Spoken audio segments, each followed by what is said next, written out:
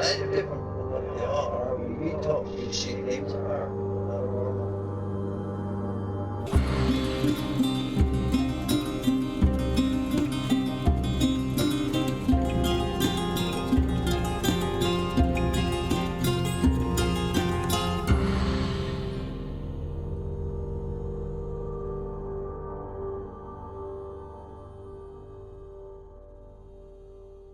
Welcome to Strange Familiars.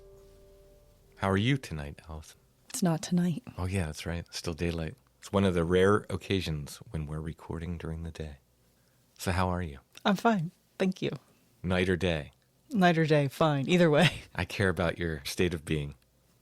Before we get to the show, I have to give a big thank you to Liv Rainey Smith, who sent me one of the coolest things.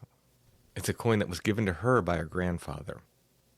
It's a 6 Mariengroschen, and I probably pronounced that wrong, issued in 1689 by Ernst August, Duke of Brunswick-Lüneburg, Prince-Elector of Hanover, and Bishop of Osnabrück.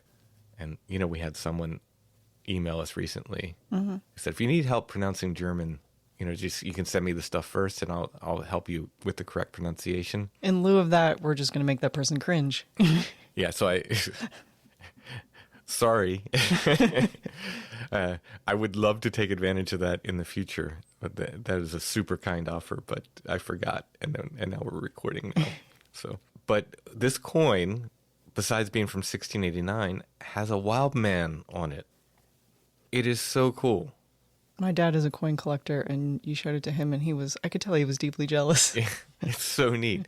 And like you said, I think it's the oldest thing in this house, probably. Besides you, yeah. Maybe some rocks. Yeah, we probably have some rocks. Parts of our basement, probably. Some fossils somewhere, I think. But probably the oldest man-made thing in the house. Definitely. And it's so cool. This is such a neat gift, and I love it. Thank you, Liv. Thank you so much. I think we're going to put it in the display case with like some of like the rare powwow stuff and... Yeah, it's awesome. And the bunnies. So thank you once again, Liv. I love it. All right, on tonight's show, I will be talking with Dina, who has this really kind of intense and interesting Bigfoot encounter where this massively tall, which she initially thought was a bear, came charging at her on 2 legs, and then bent down into her face and roared. And over time, she's come to terms with it probably not being a bear. Bears don't tend to charge on their hind legs. And I think she'd probably be in really grave danger, right? If Yeah. If a bear really was doing that. Yeah, exactly. She's also got stories of tall grays and more. Before we get to Dina, I want to thank our patrons. Thank you, patrons. Thank you so much for everything you do. If you like Strange Familiars and you want to get extra content besides and get ad-free versions of the regular episodes, you can become a patron at Patreon. It's patreon.com/strangefamiliars. Like I said, our patrons get ad-free versions of the weekly shows, plus they get 2 full extra episodes of Strange Familiars every month. We could not do this show without our patrons, so thank you so much, patrons. Thank you for your help. Patreon.com/strangefamiliars. All right, let's go ahead and get to this Bigfoot story with Dina.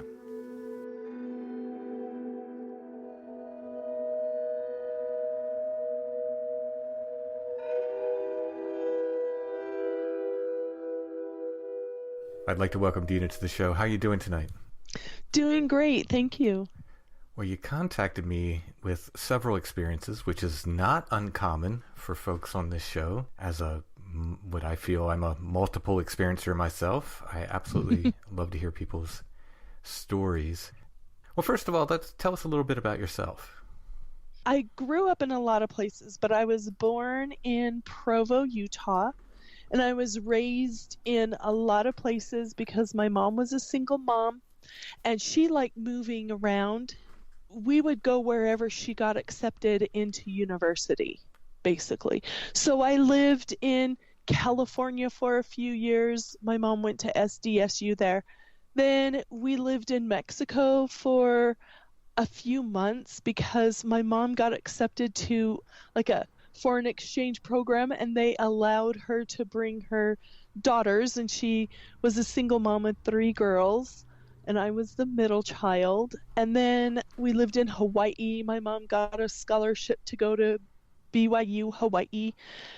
And then when she met my dad, I was 8, and then they got married when I was 10.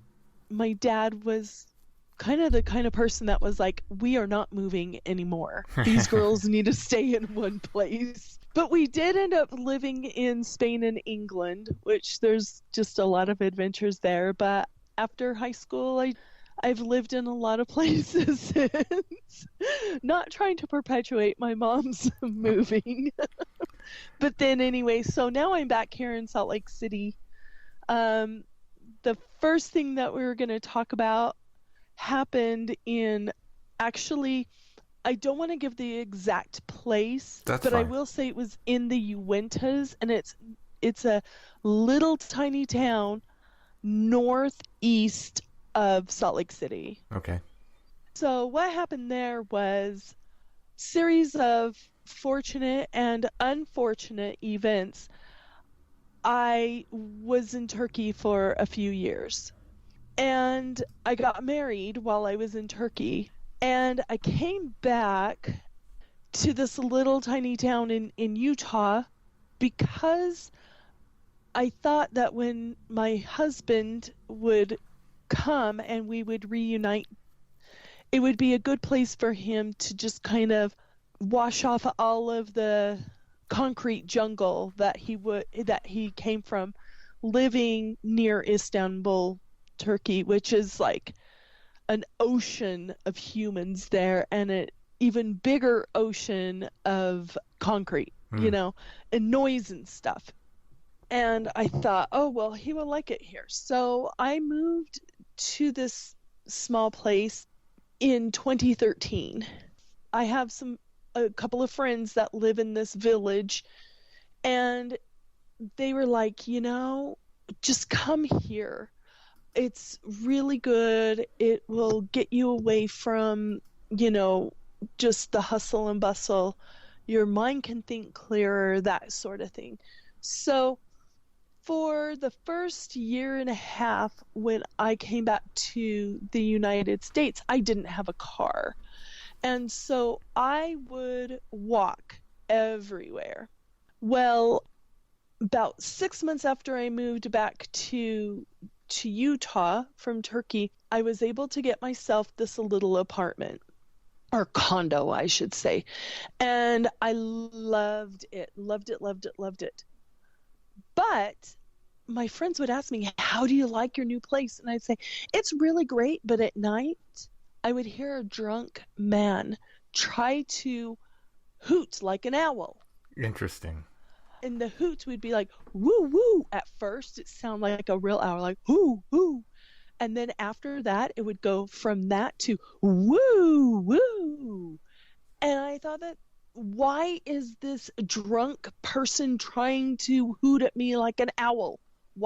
And I couldn't see, this little place, there were probably 3 street lamps throughout the entire valley.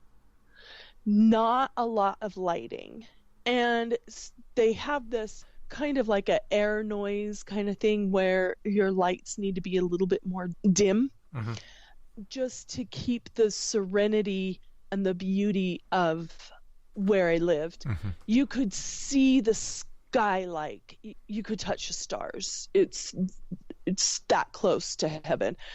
It's like 8,000 feet above sea level, so it's pretty high in the mountains. So that was kind of strange, and I told my friends, and they laughed. They're like, it's just a barn owl. And I was like, okay, it's a weird one, but okay, maybe it's a drunk barn owl. So then there were a couple of other things, like I would hear this woman screaming bloody murder in the middle of the night, and I had some friends that would say, yeah, my dog refuses to go out at night by himself. Interesting. They hate it. And I go, oh my gosh, that's really weird. Well, I worked at a ski resort 8 miles north and another 2,000 feet above sea level. And they had this really narrow road, and it was very windy to get up. So I would walk up there until my boss found out that I was walking up there. Then she was like, no, let me drive you. And so I got to drive up, but there were times where I had to walk home, and that was at 10:30 at night. So I started walking home. It was in about April, May, because the snow was already melted. And so the skiers couldn't go up to ski, and they call in between the seasons, it's either mud season or it's ski season. That's how the skiers, determine time up here. Sure, yeah. For me, it's freezing cold and then kind of cold, and then it's time to go to the beach. But anyway, so this road is super windy, and it's 10 o'clock at night, and the UDOT just had paved a mile strip of this road. It used to be a high-grade road. So at night, by the moonlight, I could actually see where I was going. But then when they paved it over, I had to pull out, like a flashlight. Well, I was walking home, and one time I got struck by lightning. What? I mean, it's really crazy up there. Yeah. So thunderstorms just come and go like really quickly up there. It's a very, very, very strange. The Uintas are very strange. I don't know if you knew that, but they are. And so I was walking home, and this bolt of lightning came down 3 feet from where I was. It didn't like hit me, but it was so I was so close to the lightning bolt that I flew back, and I blacked out, and all I could see was white everywhere. And then the sound was just like, I couldn't hear anything. And then when I woke up, I was about 30 feet from where I was walking and where the lightning had struck. Wow. So when I was a kid at the farmhouse I grew up in, we had a pool outside for a while, an above ground pool. And my father had run electric out there to run the filters. But it went in from, the electric line came into the closet in the kitchen. And I was sitting there eating dinner one night, and lightning struck outside. It struck the power outside. But it came through to that closet in the kitchen. I was sitting by it. It knocked me off my chair. Oh my gosh. So I can only imagine, and I guess that was secondary. The lightning struck outside. Yeah. But it's shocking. No pun intended. It is. It totally 100% is. And when I woke up, I was like 30 feet from where I was, and I was on my back, and I had a backpack on, and I was just sore, and I just felt like I was just beat up. And I thought, oh my gosh, when I wake up tomorrow, it's gonna hurt. And so that happened, and then wildlife kind of likes me, I guess. Moose would follow me when I would walk home sometimes. And so one night I was walking on the road, and it was July 24th. And the reason why I remember that is because it's a huge holiday here in Utah. July 24th is almost as big as the 4th of July here. So during the whole month of July, everybody's so patriotic. They keep their flags up and their 4th of July decorations all the way until the 25th of July, so that they don't have to take them down, and so that they can just celebrate the 24th and the 4th of July that much longer. So the whole month of July, there's fireworks going on and that kind of stuff. So I remember it was that because I remember working on that night. And I was walking home, and I love to camp. I love being outdoors. But to sound like a gentle lady, I will say that what happened is I needed to go to the bathroom. Okay. And I'm really bad at that. I'm really bad. And so I walked up a little bit onto a hill, and this whole area that I'm talking about is all canyon. So the road is in a ravine, and then there's even a ravine inside the ravine. Mm-hmm. And so it's just all mountains, and then there's steep mountains because it's the Uintas and it's the Wasatch Front. It's behind the Wasatch Front. So it's very mountainous. Anyway, I had to hike up a little bit, and I got to a flat spot, and I found a log so that I can kind of sit over it. Yeah, I know the move. Yeah. I'm sorry, humans. I'm so sorry about this, but no, that's it. If you've camped any time at all, you know that move. Yeah. But I always have bad luck, and so I have to remove my pants so I don't get anything on my pants. I know that Meaning move too. I have to take off my shoes too. Yes. And so I'm doing my thing that I need to do, and I hear right behind me a roof, roof, and then the bush is shaking, and I'm like, it's a moose. I'm going to get hurt by a moose. It's going to run me down. And there's this one moose that I would see everywhere, and I would call him Mr. Moose. And I'm like, Mr. Moose, don't hurt me. And then it was getting louder and stronger, and the bushes were just behind me, just shaking. And then the moose sounded kind of a little bit strange because the moose was going, "Argh, argh," like that. Mm. And I'm like, oh my gosh, this moose is really, really ticked off. And so I had to run, and because I thought that's just the perfect time to go. And I grabbed my pants and I run. And then I'm like yelling, Mr. Moose, don't kill me. And then I'm like trying to put my pants on at the same time. And then I realized, oh no, I forgot my backpack. And I don't want to litter, and I had an empty gallon jug water, because there's another thing. There are cougars up there, and I just the couple weeks before saw a mother cougar moving her cubs. And so I thought, oh gosh, I've got the cougar down there that I'm running to, and I've got the moose behind me, and now I got to get my water jug. And the weirdest thing is that I felt like I was being chased, but when I turned around, I couldn't see the moose. Mm-hmm. And I thought, if the moose is going to charge at me, that would have been the perfect time. So I went and got my water jug, and I still heard kind of grunting, but I was like, okay, moose knows I'm going. Sorry, Mr. Moose, I'm leaving. So I get home. Took me about 2.5 hours to walk all the way downhill from the top of the mountain. Mm-hmm.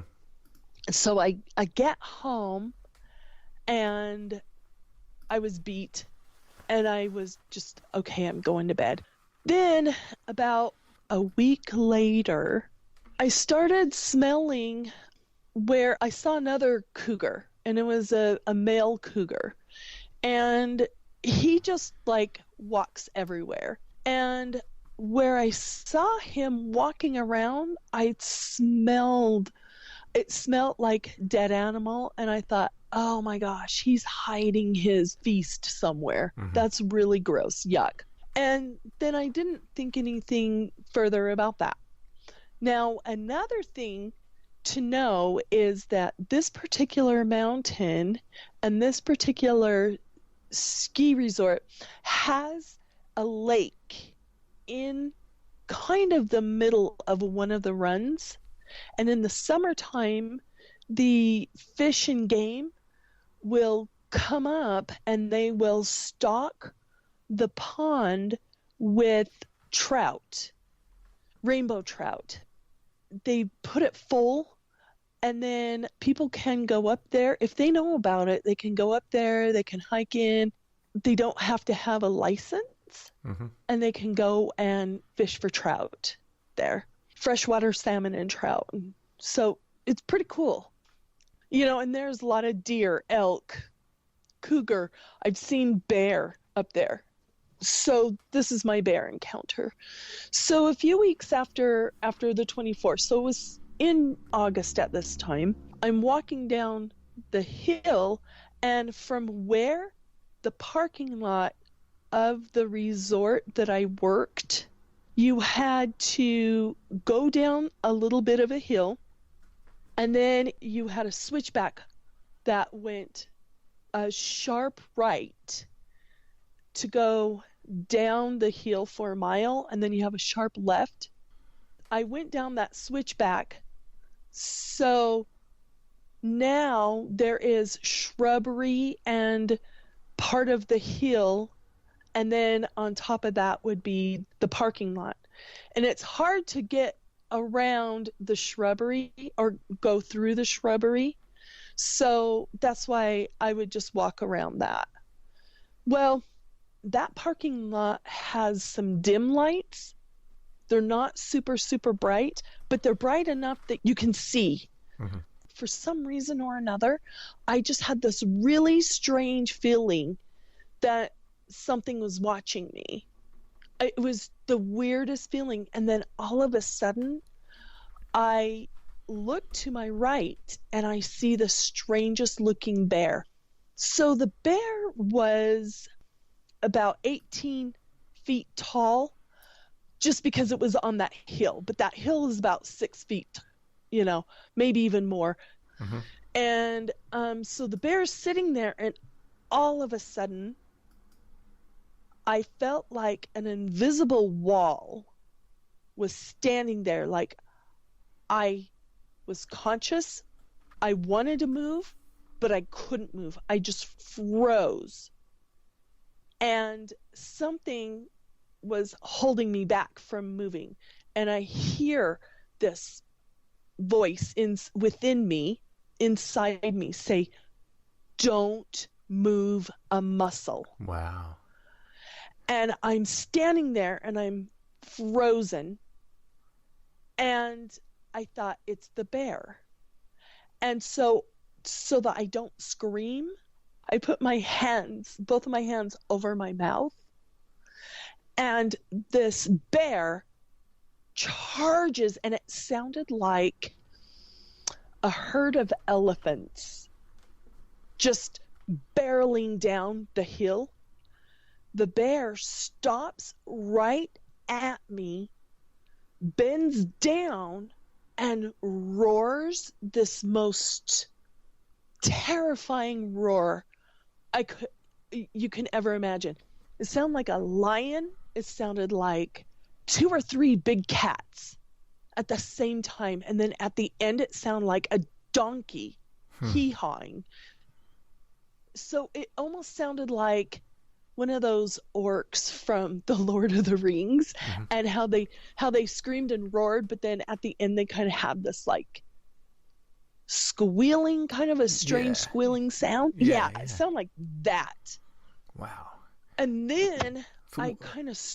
I don't know whether to interrupt you and ask questions or let you finish and then ask questions. Go ahead, and I'll ask questions at the end. And so then I'm like, this is what I said. I said, "Bear, I am so sorry I got in your space, but I don't want to die tonight. I can't die tonight." And as soon as it was like a thought, it barreled down the other side of the hill, down the ravine, and it was smashing and crashing and screaming all the way down. But the scream was like this lion, like 3 lions just roaring, this loudest sound, this loudest roar I could ever sound. It sounded like a bear with a big lion. Like, it was the strangest roar.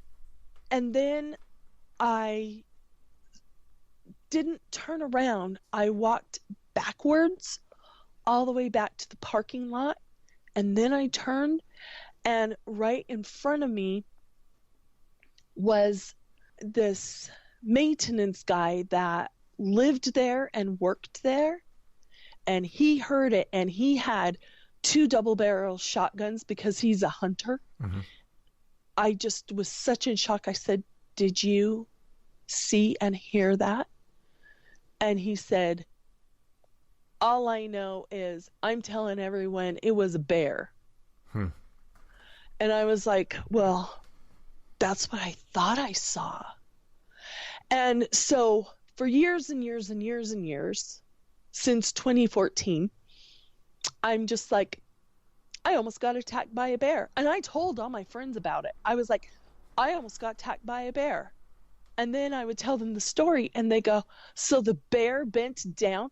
And, there are big grizzlies up in the Uintas and in, all kinds of wildlife. And so it's not too common to run into a grizzly. There's signs all over town that say, you are in bear country. This is what you do if you see a black bear, and this is what you do if you see a grizzly. Mm-hmm. And so I'm thinking, I saw a grizzly because I couldn't imagine anything else. Well, then a year ago, my son asked me a question about something totally different. And I was telling him about it, and he said, Mom, you need to do a podcast. And so I said, okay, so I don't really have a podcast because I'm still working that out because I don't have a computer, but I do have a YouTube channel with 7 subscribers, which is really exciting, and mostly my kids and a couple of friends. And I try to collect stories, So in order to do that, I went on Twitter and I found Sasquatch Chronicles. Mm-hmm. And that was about this year, actually. It was February or March. And I started listening to all these stories. And as I was listening to them, I was thinking, these sound like my experience. And I understand that. I'm sorry. I'm so embarrassed. I forgot his name. The host? Yes. It's Wes. Yeah. Yes, that's right. Wes. I'm so sorry. Wes was also a hunter at one point. Mm-hmm.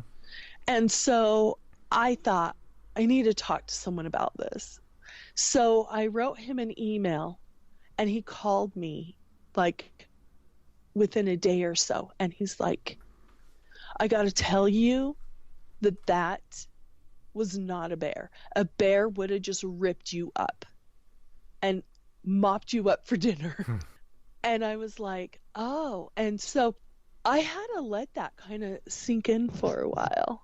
And then while I was listening to Sasquatch Chronicles, I heard you were on there at one time. Yeah, I've been on there a few times. Yeah.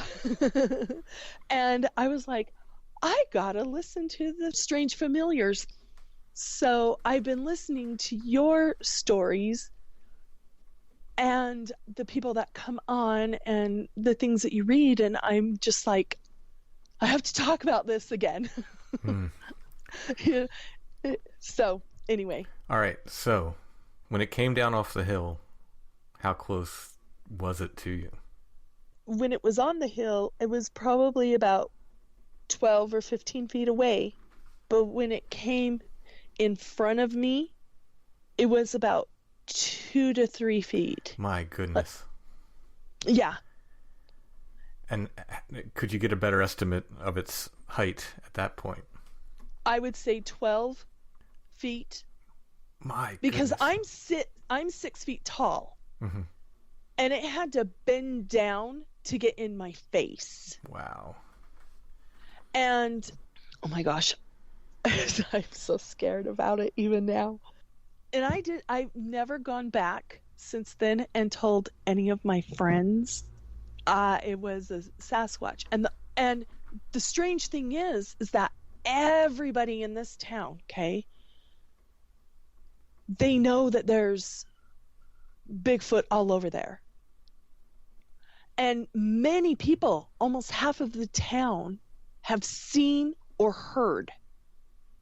And other strange things had been happening. I moved out and I moved down to Salt Lake City. And now I live right next door to a cemetery because I can't stay away from the paranormal, right? And there's other stories with that too. But when I left, people all around town was talking about how their cats have been going missing. And people have been saying it's attributed to the cougar. But this is the thing, is that you see cougar walking around every once in a while, or you can, but they would prefer to eat bigger animals than that, especially if it's a mama and she needs to feed her babies. They'd have to catch like 5 or 6 cats a night. Right, yeah. But there's so many elk, deer, year round. You know, like you can see deer all over the place, elk everywhere, moose everywhere. And so they couldn't get the moose, but you see baby fawns all over the place. And then with that trout pond, I am sure that I've seen bears sitting in another pond that's down lower, because we also have beaver up there too. And I call it the beaver condo because it's actually really fancy what they've done. And I've seen the bear go and sit there, and it's like a watering hole for the deer, the elk, and the moose go and water there and drink water there. So my guess is that a cougar would get many more meals out of a fawn than they would out of a cat. So when I lived up there, I worked on a ranch, and I protected the foals that were born. And then I also helped out, I called her the lady. She has now been deceased since 2017. But the ranchers have all kinds of stories about that. And then there's a guy up there, his name is Dave, and everybody calls him Bigfoot Boy, because he does nonstop talk about Bigfoot. And there have been so many sightings that it's almost like, yeah, I saw Bigfoot yesterday. It's like saying, yeah, I saw Frank on his tractor, you know? It's like so common up there. And so I never really talked about it because I always just thought I was almost attacked by a bear. Right. Well, let's get into that a little bit. So what color was it? So it was pitch black, but I could see the silhouette, but it had dark fur. When I saw it, the light on it from the parking lot, it had like a dark brown to almost black kind of color. When it leaned down to scream at you, did you get a look at its face? Kind of. I squinted my eyes because I was terrified. Yeah, no one blames but you. I could see that it kind of looked like a 12-foot tall gorilla. And the whole time, as I'm picturing this in my head, tell me if I'm wrong, it's on its, if it were a bear, it's on its hind legs. Yeah, it was. And that was why I was like, so when bears are angry and they're going to charge, like, this is a legit question. Like, do they go on their hind legs though? I don't think they might raise up to try to intimidate something, but if they're going to charge, they're going to be on all fours. Right. Because they kind of toddle when they're on hind legs. Well, and see, that's the thing, is it's like the only time I've seen a bear upright is like Grizzly Adams. Mm-hmm. I'm glad you remember that. Yes. I'm that age. Yeah, me too. like a circus bear. Right. You know? The times that I've seen a couple of bear, they were sitting down or they were on all fours. Mm-hmm. Yeah.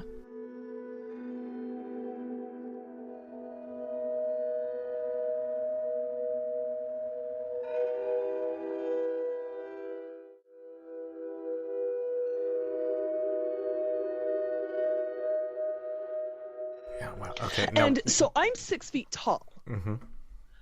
And when it ran up to me, I could just see the chest in front of me, and I was too afraid to look up because I'm like, this thing's gonna eat me. Right. Yeah. Well, no one blames you for what you did or didn't do in that moment.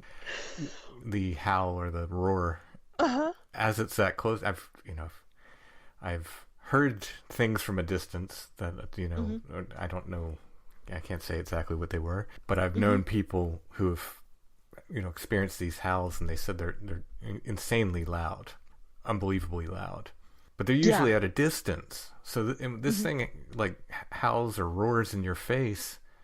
Did it hurt your ears?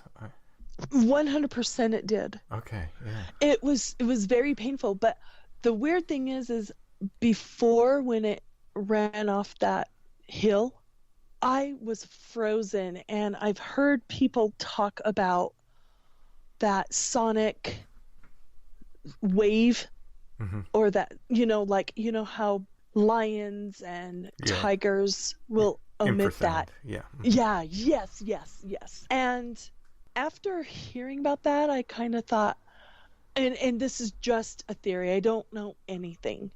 I kind of thought maybe it omitted that, and I kind of stood frozen. But I don't know if it was that, or if it was like this instinctive voice saying, don't move a muscle, or if it was like God protecting me that day, because I'm like, Jesus, I really don't want to die. Right, yeah. If I'm going to die, I don't want to die like that. I want an open casket. Do you have a feeling about that voice? Like, do you feel it was, an internal voice, like from you, or do you feel it was, something external telling you, do not move? It felt external. It felt like a very strong whisper in my ear, and I felt arms wrapped around me. Like something was holding me back, but then at the same time I felt like if it wasn't holding me back, I don't think I still would have been able to move. If that makes sense. Yeah, I was kind of getting at whether you thought it was, people have attributed mind speak to, Bigfoot, whether you thought it was coming from him or some other source. I wonder. I don't know. It was a very deep man kind of a voice, and it was not scary. It was, don't move a muscle. Wow. Commanding, but not in a mean way, in a just don't move.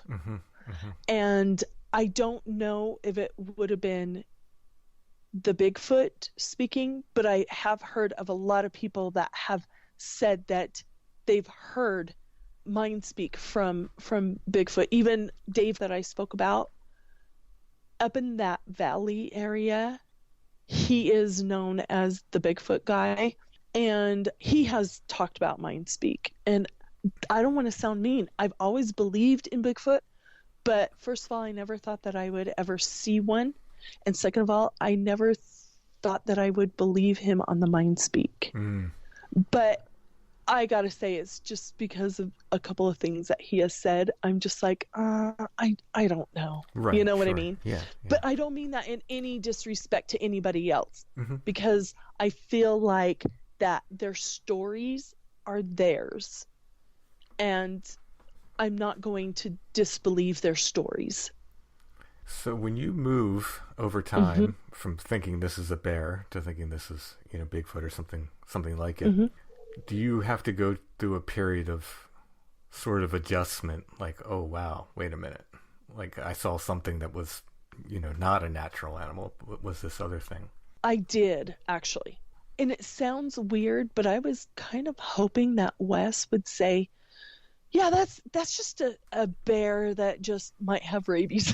I don't know. Because I had it in my mind for, let's see, since 2014, and it's 2022. So that's a good, 7 years, 8 years? Somewhere around there. 6 to, I don't know, 8 years that I'm thinking, it's a bear, it's a bear, it's a bear. But you see, I also understand that a lot of people, when they see these things upon listening to people, they kind of put in their mind something that actually makes sense. Yes. Of what they saw. Yeah, sure. And so when Wes told me that, it sounds weird. I'm actually almost embarrassed to say this, but I almost went through a grieving period to a way. Because I was in denial, and then I realized that what he was saying was true, and that bears don't act that way. I have to readjust my thinking on this, and then I have to adjust my psyche too, because I kind of went through this process of, oh my gosh, I did see that. Oh my gosh, that was more terrifying than, I ended up staying the night with the double barrel shotgun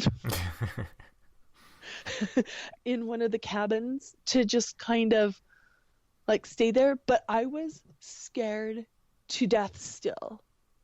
I took a shower because I thought, okay, I gotta do something. And I took a shower, and after knowing it was just a bear, I just sat and cried because I was just so terrified, and I was like, what just happened to me? So I had to process that. And then once I realized that it was a bear, then I had to do I had to digest that, I had to process that. Sure. Yeah. And I have to say it was a little bit hard. I went through this little period of depression, to be perfectly honest, because I was like, I don't even know who I could possibly tell other than other people that have gone through that, and there's no support group. I'd like to make one. Sasquatch Chronicles and Strange Familiars. There's your support groups right there.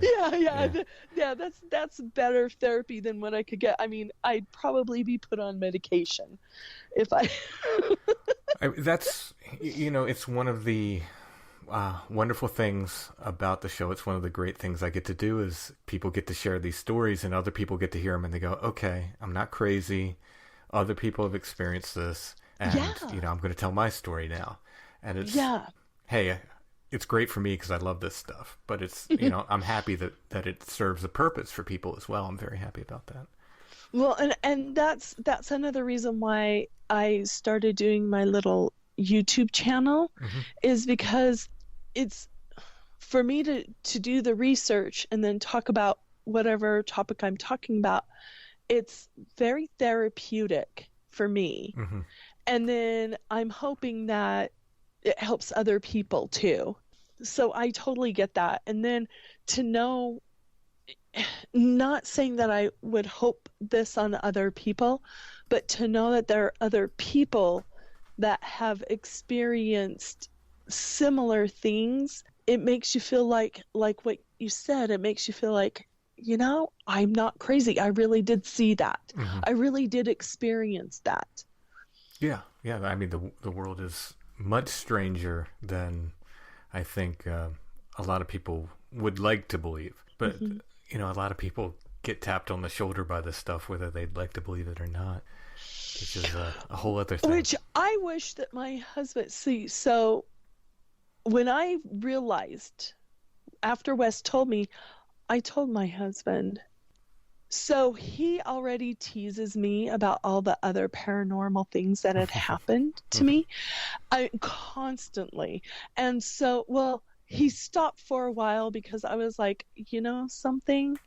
You don't believe in God and I do. And if I believe in the paranormal, you have to believe in God and the devil in order to I don't want to say that, but like a higher power than yourself in order to accept the para-weird or the paranormal things, if that makes sense. Yeah, I mean, there's people who are going to argue against that for Yeah, sure. yeah, that's true. Of course, yeah. of course.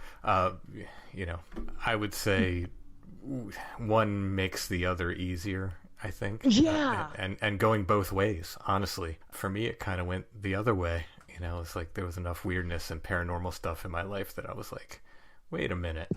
What's the other side of that coin look like? It was church. Yeah, that's true. Yeah. That is true. And so I was raised LDS or Mm-hmm. Mormon. And so when I was younger and I'd see things, my mom would say, well, it was just a bad dream. And the only reason why she did that was because she didn't want to put fear in it. She believed me, but she didn't want me to get afraid of Sure. what I would see. So she would say, oh, that was a bad dream or whatever. Or, oh, yeah, that was a good dream. But then when I realized that it was Bigfoot that I saw, I told my mom. And I was really scared too, because I wasn't sure of her reaction. And she looked at me and she said, I believe you. And she was born and raised in Alaska. Well, she was born in California, but she was raised her life in Alaska. And her father has always been kind of had visions or visionary kind of a man. And he would have these dreams that would come to pass, or he would see things, and if you didn't know him, you would think he was crazy. I mean, a lot of psychologists say that, you know, like you've talked about abductions before, and you say, people call it an abduction, but it wasn't really because I really didn't leave, or something to that effect. And yeah. I understand what you're saying, because shortly after that, I was abducted. Okay, I wanted to get into that anyway. So yeah, let's dig into that. Okay, so in 2016, so 2 years later, I had a different job, and I was translating from Turkish to English and English to Turkish for a boy at a private school in northern Utah. I was still living in the same place where all of these weird things are happening. And then I would travel to work, which was 20 minutes into civilization. And I got hit on the head with a freezer door that came down. And if you were to have watched the video, you would go, that should not have happened. It was near impossible for this thing to happen, but it happened.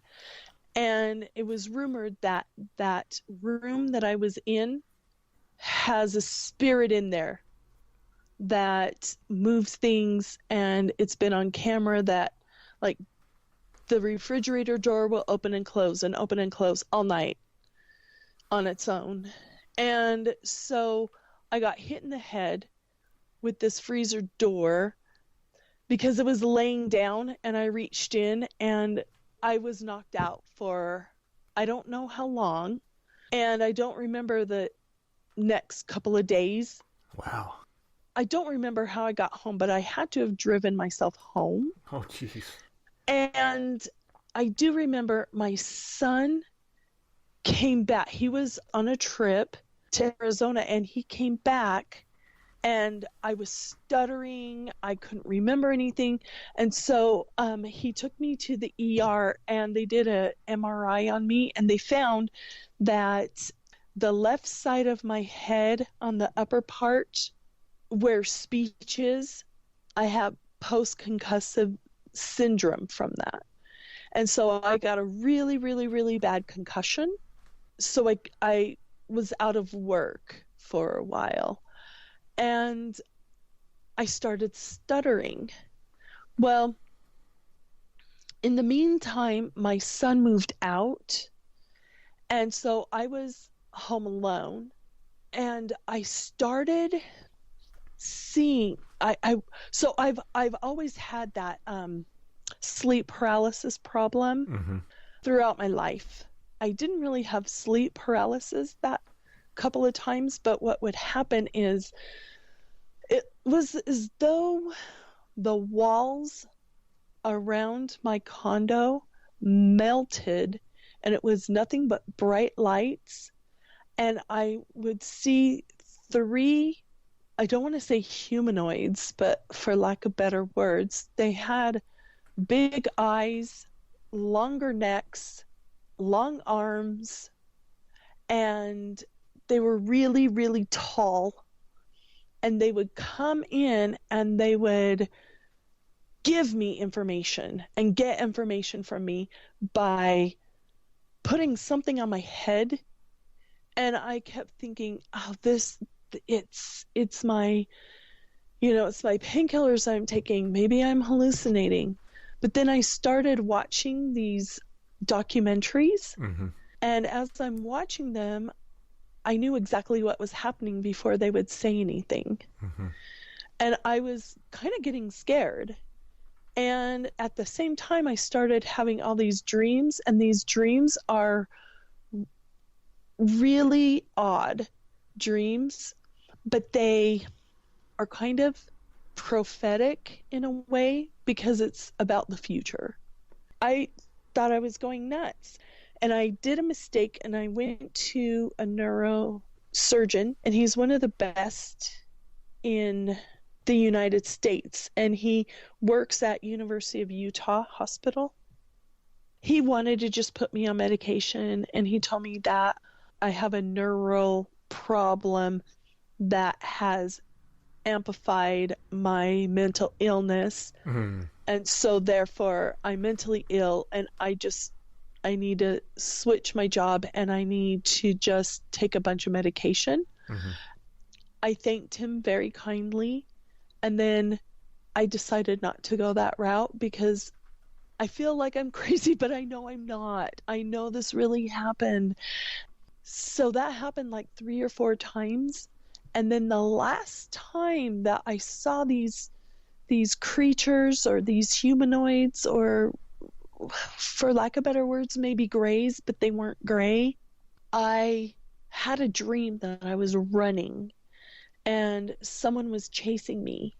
And I fell down, and I fell off of this like really tall part of a mountain. Side of, like, I was up in where that Bigfoot was chasing me, Mm-hmm. or where he screamed at me, and there's like that small hill, and I jumped off of that and onto a bunch of rocks. And then when I woke up in the morning, I got to tell you, the whole right side of my body was black and blue, but I woke up in my bed, and my feet were muddy. Oh. And it muddied all of my sheets and everything. Wow.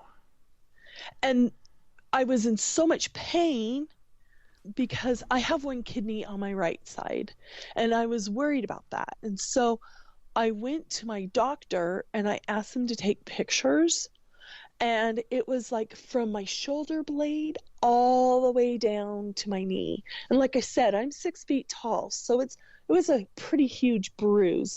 And then the right side of my face was just banged up. It looked like I was in a strange car accident or something. And it was the craziest thing. And so that night I was having one of those dreams, well, quote unquote dream again, where they were coming.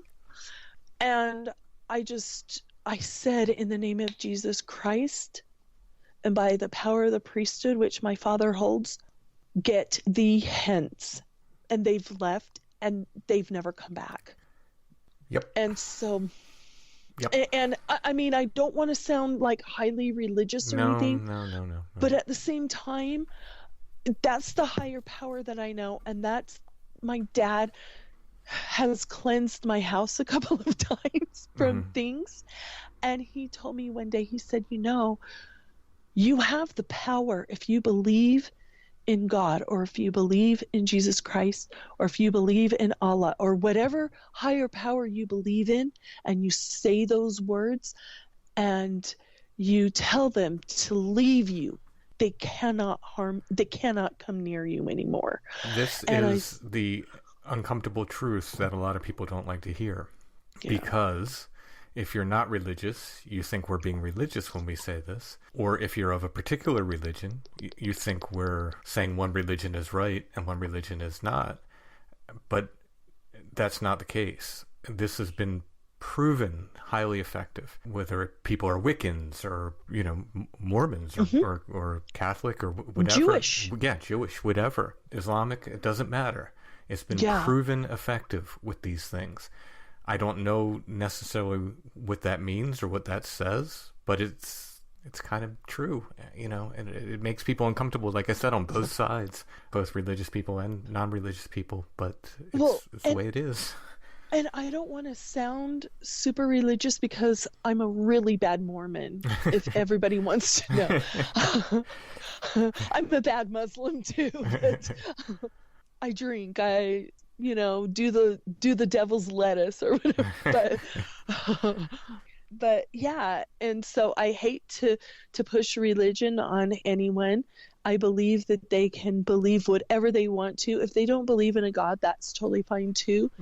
They can still call upon a higher power to rid of these things, yeah, it's like I've said, it's like it's something to do with belief, not necessarily religion, but belief, which is, I don't know how that fits into the whole equation, but yeah. I don't know either, and I don't really understand it, because there have been times where I've not said anything, and it's just almost like oppression in a way if I don't use some form of cleansing block even. So I have my essential oils of frankincense and myrrh and, protective oils. I also have sage. I also, what is that wood that you can use? Yeah, is it Palo Santo or what? Yes, yeah.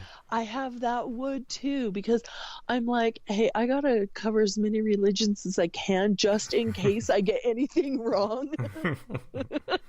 But at the same time, for me, the sage helps. For me, incense helps. For me, putting those blocking oils or protection oils on also helps. For me, having blessed olive oil helps, and whatever anybody else believes, that's fine too. I really don't care, but I know for me, this works for me, Yeah.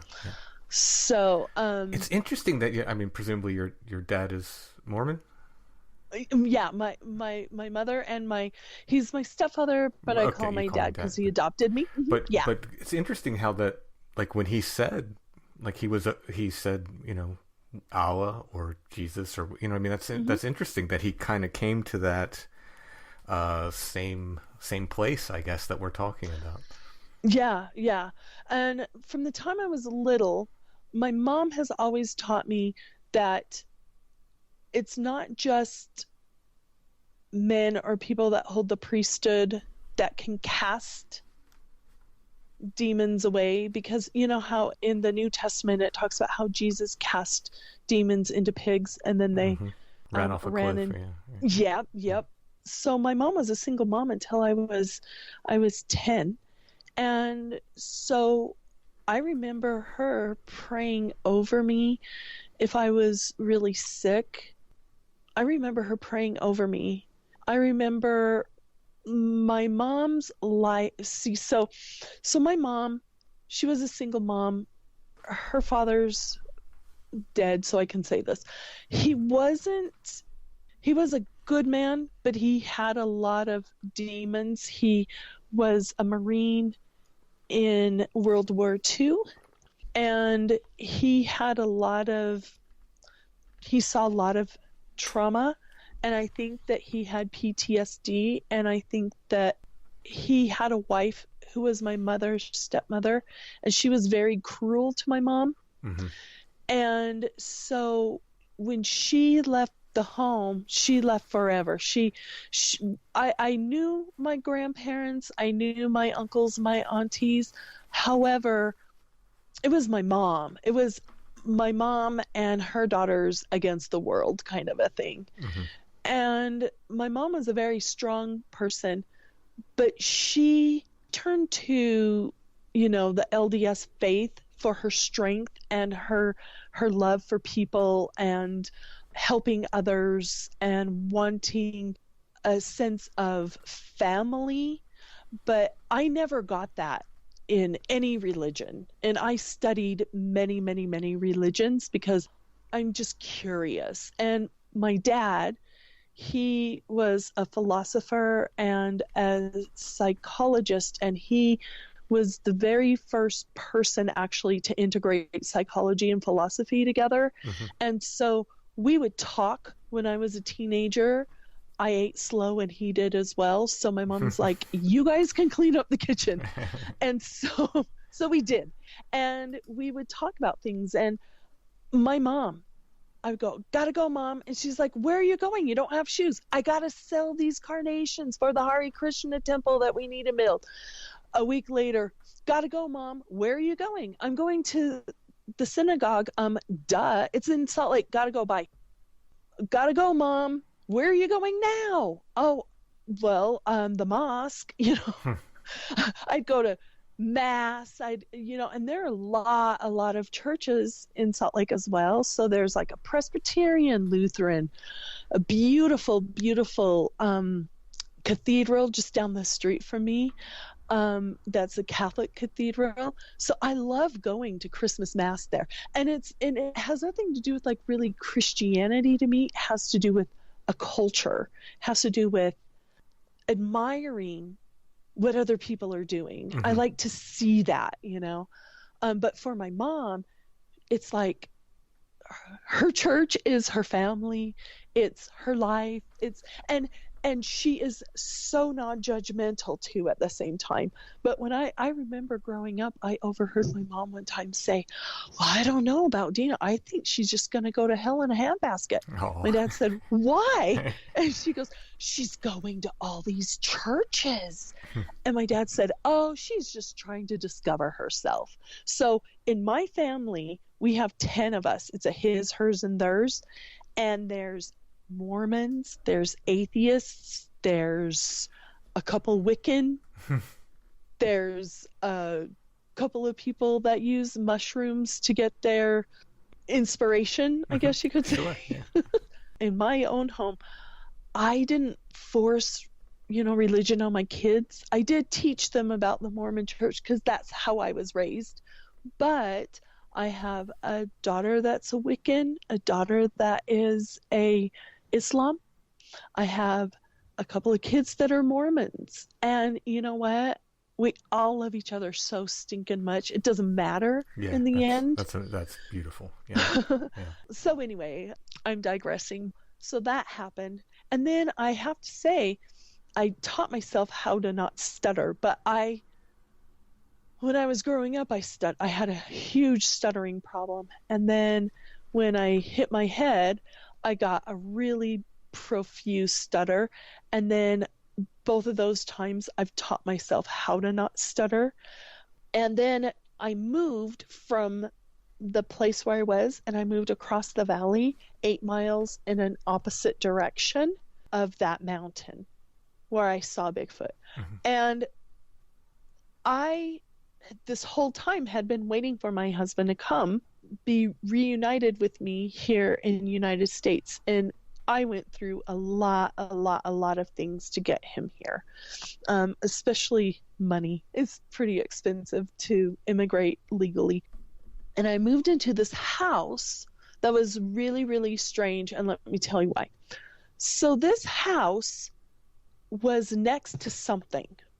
And I don't know what that thing is. However, I've had many, many encounters with many different things. And my mom believed me on this too. And I was so happy she did. So I all my life have true crime and the paranormal have been my two things that I've always used my like money from babysitting to go and buy magazines about unsolved mysteries kind of stuff. Yeah. And same with the paranormal. When I moved to this new house, I had this very, very, very strong feeling that I needed to put salt all around the perimeter of the house. So what I would do is I'd put salt and I'd put frankincense, drops of frankincense, all around the outside of the house. And then on the inside, I'd put bags of salts all in the window sills, because the owner didn't want me to sprinkle the salt across the window panes. And I was like, good enough, fair enough. Okay, here's a bag of salt. And I did that. And I was house sitting and dog sitting for this family, and they were gone like 10 months of the year. And they had this beautiful Rottweiler. And this beautiful Rottweiler, him and I, we immediately connected. We immediately were best friends. He was at my side all the time. And he would even come to work with me. He was such a cutie. Anyway, at night, he would run down this hallway and he would show his teeth, and he was angry at something there. But I couldn't see what it was. It was down at the end of the hallway. And behind the wall was a 3-car garage. And that's where they kept all of the tractors and everything, trailers and tractors in there. And he just would go wild and wild and wild. And I would be like, it's okay, come back over here. It's okay, come back over here. So winter comes. And I had been seeing things from the corner of my eye, and I'm just like, okay, I'm ignoring that, 100% ignoring that. And then I started seeing really strange footprints in the snow outside, and let me tell you, how they were strange. So there is on Amazon Prime a kind of a documentary. Well, it is a documentary. It's called Hellier. Oh yeah. I did the soundtrack for the last episode of season 2. Oh my gosh, that is so amazing. Anyway, sorry. Okay, so I had been watching Hellier, and I just like all this kind of stuff. And I was like, wow. And as I was watching, I was like, oh my gosh. So there are 3-toed footprints everywhere around the perimeter of this house. And I kept going, well, there are wild turkeys all over the place. But it started getting there was too much snow around my property that I was living, that wild turkeys would be there. They only came in the autumn time and then in the beginning of winter, but then I don't know where they would go for winter, but then when the snow started melting, so like in March and April, they would come out again. But these were stranger than wild turkey. And let me tell you why. They were like 3 feet long. And that is just too big. But then also some of them weren't like the skinny kind of footprint. They were the round ones that you see in Hellier. And I was like, oh, believable. I totally 100%, I just was like, that's strange. It looks very similar. Well, then the owner of the house and the property, she loves fairies. And so she has all over the place, gnomes, fairies, all over the outside of her house. And she also loves angels too. I think she just likes those things. I'm not sure if she believes in them or not, but I do. And there were all these things that started coming onto the property. And I told my mom, I keep on seeing these strange spirits, or they would look like spirits and then they would develop into something solid. And they're always really strange and creepy. Sometimes it would be like a woman, but she would have like chicken feet, or a woman with, like strange feet. Can you describe her more? Okay, so she would dress in like a very shabby white dress. It was opaque. She was opaque as well. And she kind of had black around her eyes and long stringy hair. She looked like she just got out of she literally looked like she just climbed out of the lake that I lived near. Like, just really dirty, wet. Her hair was always stringy and wet and jet black. And then she would have the feet, though, were not human feet. They never were human feet. They were either horse hooves, goat hooves, or like a large bird, like an eagle bird kind of feet with big talons on them. This is incredibly interesting. There's an entity from Germanic folklore known as Perkta, and she is a woman in white. She wears white, and she appears either as a beautiful young woman or an old hag, but either one or both feet, they said, were bird feet. Oh my gosh, that is okay. That is, I not heard of that before, and I love folklore, but that is really strange. Dina, what's your YouTube channel? It is called the Para Weirdo, but I think it's under D, just the letter D, Long Rock. Send me a link to it, and I'll put it in the show notes so people can find it. Oh, that is so sweet. Sure. Thank you. Yeah, no problem. Thank you so much for telling your stories. And, one of my theories is that places aren't haunted, but people are. And I think you're going to have more stories to share with us. So come back in the future, please. Oh, I would love to. I have some more from a while ago, too. So awesome. Anyway, but thank you so very much for everything. Sure thing. And I really love listening to your podcast. Well, so thank you for having me. Thank you very much.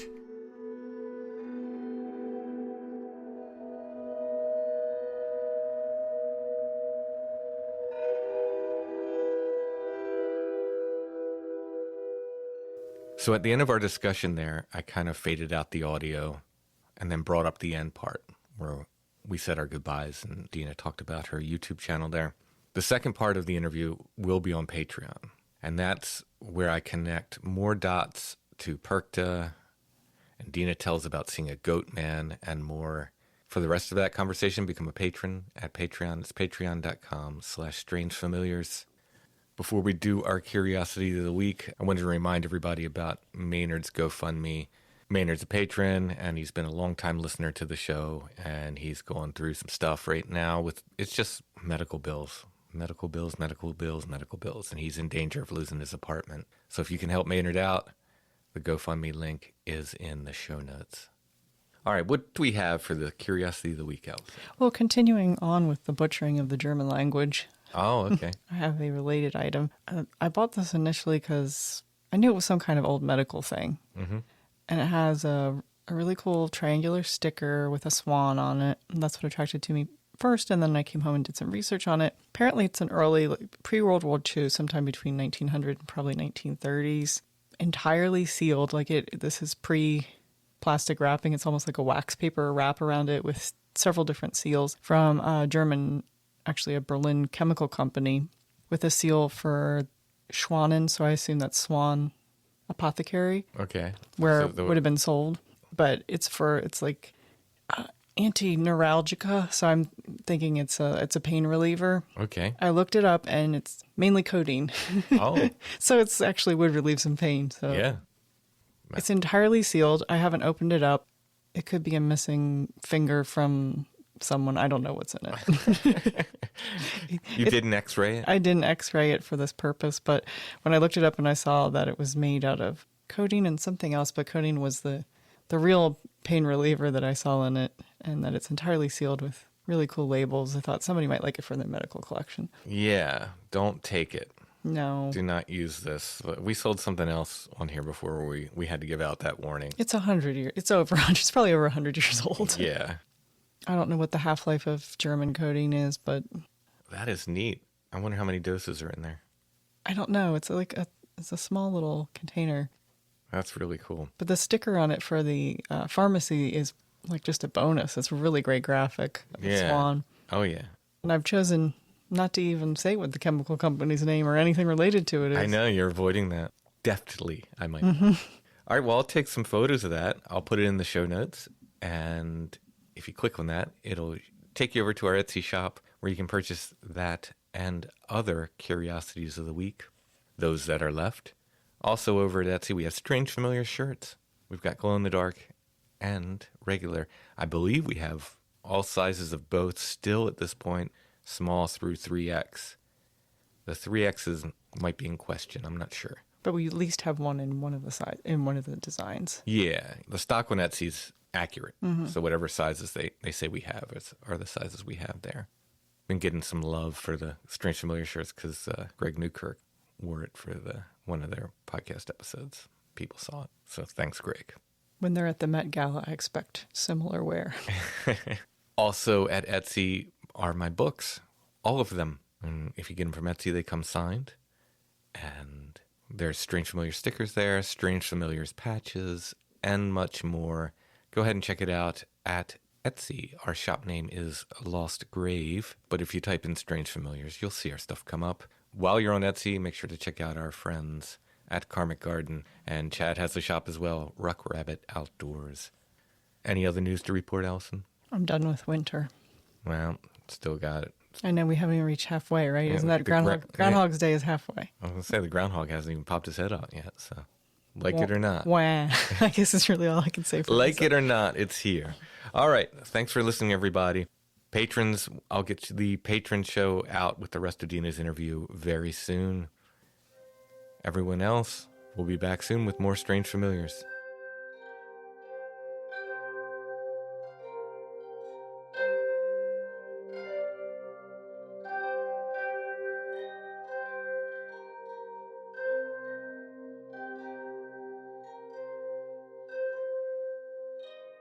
Strange Familiars is a production of Dark Holler Arts, music, books, art, podcasts, and more. Intro and background music is by Stone Breath. If you want to hear more or purchase music, you can go to stonebreath.bandcamp.com. We're on Facebook, facebook.com/strangefamiliars. We're on Instagram @strangefamiliars. And you can find us on the web at strangefamiliars.com.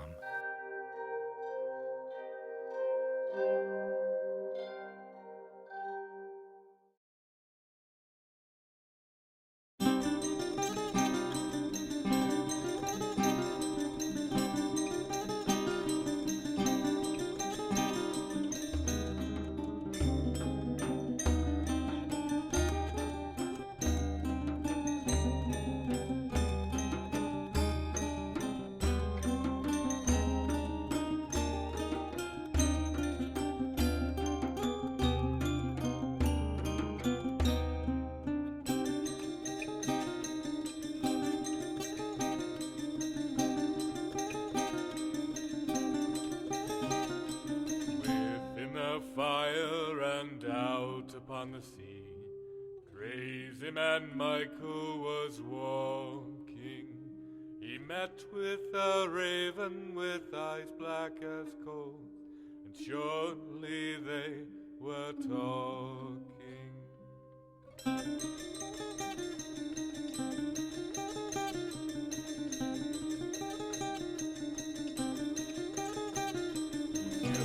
Your future I would tell to you. Your future you often have asked me. Your true love will die by your own right hand, and crazy man Michael will curse it be.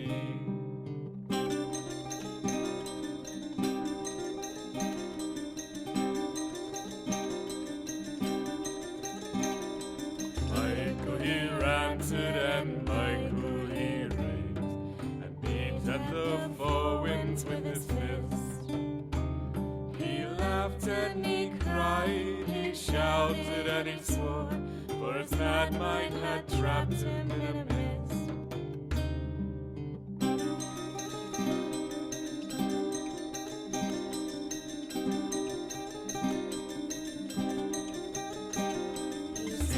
With an evil, you speak with a hate. You speak for the devil that haunts me.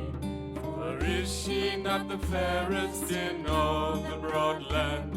Your sorcerer's words are to taunt me.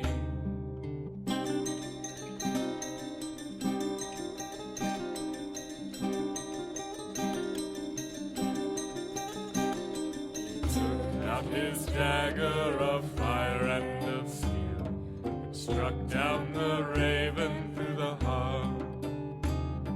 The bird fluttered long, and the sky it did spin, and the cold earth did wonder and start.